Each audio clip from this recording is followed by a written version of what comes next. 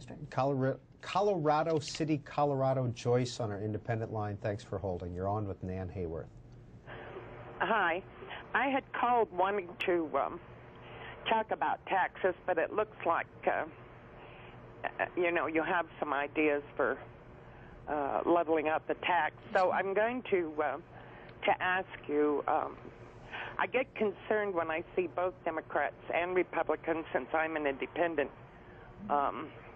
wanting to continue to do the free trade thing and continue with wars in which we're getting nowhere and we're losing a lot of people and we're losing a lot of money, and I wonder where you stand on those issues.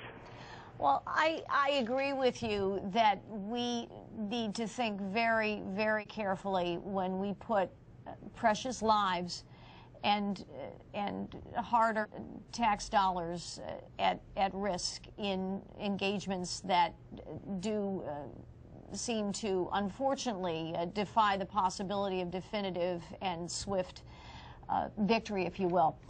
Libya is a particular example, and I have from the outset stated my opposition to participating in that engagement without a stated objective of eliminating Muammar Gaddafi as expeditiously as possible. That is not the stated purpose. The president involved us in Libya, in the Libyan action, without initially consulting the Congress, as you know. And we were told it would take a mere few days, and we are now 73 days, I believe, past when we began this involvement.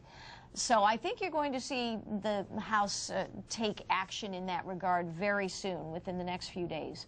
And I agree with you that Afghanistan and Iraq have to be scrutinized, and I have had great faith in General Petraeus as our leader in Afghanistan, and I commend President Obama for putting General Petraeus in proposing that he succeed Leon Panetta at the helm of the CIA, because I think one of the ways that we effectively address our challenges for the future is by effectively managing information and doing those quiet things that involve not a drop of blood being shed. So I am eager to see how General Petraeus manages that challenge going forward. Congresswoman Hayworth, Mitt Romney is announcing his presidential candidacy today, 12:30. It'll be live on C-SPAN 2, 12:30 p.m. Eastern Time from New Hampshire. Have you indicated your preference for a Republican candidate? I haven't. I have been particularly impressed by several of the men in this particular instance who have entered the field of potential contenders. I was sad to see Governor Daniels of Indiana leave the field. I am particularly admiring of him and his achievements in Indiana, particularly Healthy Indiana, which is actually a model for how we can effectively manage our health care through health savings accounts. Governor Romney clearly is a very intelligent gentleman of impressive achievements, and I wish him well. I think he'll be a vigorous contender. I think Governor Pawlenty and Governor Huntsman are also going to be very interesting people to listen to and to watch in the months that we have until the convention next summer. Next call for our guest, Nan Hayworth, Montpelier, Vermont. Jeff, Democrat. Oh, excuse me. So, Congresswoman, we've been in Libya for 73 days, eh? Roughly, yes, sir. Oh. I think it's 73. It may be 72 or 74. What's your question, Jeff? How long have we been in Iraq? For many years, Jeff. Yeah, how long have we been in Afghanistan? For many years. So, what, Jeff? What's your point? Well, I'm just speaking to this woman who, as a congresswoman, you make a good ophthalmologist. I'm sure. I mean, this is just ridiculous. All you're doing is peddling the same bogus supply-side snake oil that your party always peddles. I mean, as far as you guys solving the problem of the economy, I mean, let's face it, You started the fire in the first, and your solution is to douse it with jet fuel. All right, Jeff, I think we got the point. Representative Hayworth. Jeff, the results of recent interventions by the 111th Congress and by the current administration tell the story. We were told that unemployment would not rise above 8% with the stimulus, and in fact unemployment continues stubbornly right around 9%. We have roughly 14 million Americans looking for work.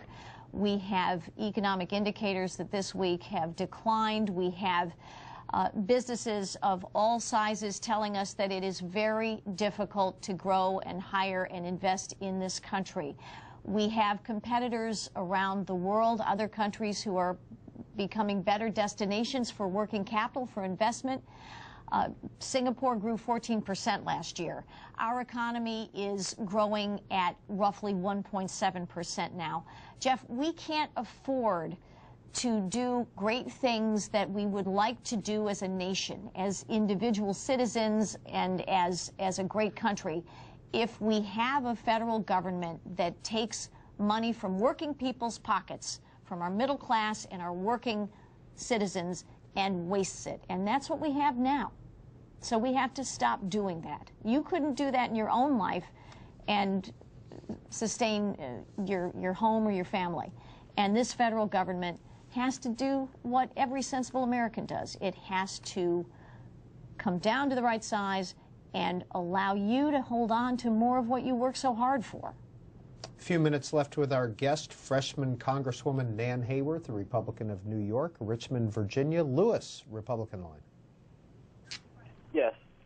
I think the biggest problem that we have as far as Republicans and Democrats working together is that the Democrat side, I mean, they're not being honest as far as what the picture that they paint for the public is that Medicare doesn't need to be cut. The only reason that it's being cut is because Republicans are just mean people that want to, I don't know, they play a class warfare game with the Republican Party, just does it out of meanness. They won't acknowledge that the current Medicare system is unsustainable and there has to be reforms. And actually, they've got a reform plan, and it's called Obamacare. It's already gutted Medicare for $500 billion. Mm-hmm. But that's not the picture that they paint for the public. The public, they say, you know, everything's fine. If we just tax the rich a little bit, when we know if they tax the rich at 100%, that doesn't cure our spending problem. Our spending problem just overwhelms any tax hike that we could ever do. Right. Congresswoman? Well, I agree with you, Jeff. This is, number one, increasing taxes never results in an increase in good economic activity. That's been shown time and time again, and President Obama himself said in December of 2010 when he signed in the extension of the 2001 and 2003 tax cuts that we couldn't afford to raise taxes at that time. Well, when is there a good time to raise taxes? The answer is never. We have to have a federal government that respects what Americans work so hard for, that is the right size, that does what the Constitution has required it to do. It's a very effective form of government if the federal government can stick to its responsibilities to provide the framework for our liberties. But when the federal government steps in to micromanage our businesses and micromanage the way you handle your personal finances and micromanage your lives, that's when we run into trouble. Medicare and Social Security, it's true, but especially Medicare, are unfortunately on an unsustainable course. For every new Medicare recipient who enters the system today, and we have about 10,000 every day now among the baby boomers becoming new Medicare recipients, on average they will have contributed $110,000 in payroll taxes over their working lifetimes, and that's a substantial sum of money.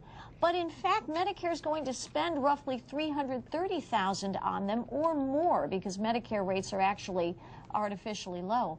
So you're absolutely right that that's something that we can't afford to continue in perpetuity. We're going to have to make some important choices together. On the Republican side, our budget says that consumers that patients and doctors, that Americans themselves should make those choices, and that we should not assign them to a federal bureaucracy. We have about a minute left. Eugene, Oregon. Martin, Democrat. Please go ahead. Hello. Good morning, and I'll keep this quick. What do you think of growing the U.S. economy by encouraging large businesses by withdrawing from the World Trade Organization and free trade agreements?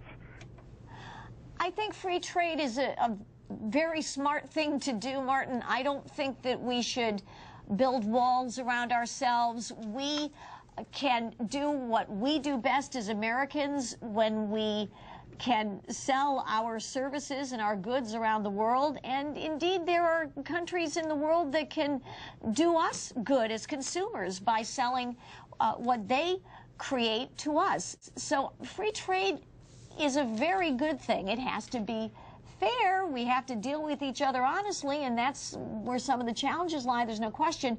But we can't afford to build walls around ourselves. That just never works. Freshman Representative Nan Hayworth, the Republican of New York, has been our guest for the last 40 minutes. Thank you. I hope you can come back to the Washington Journal again.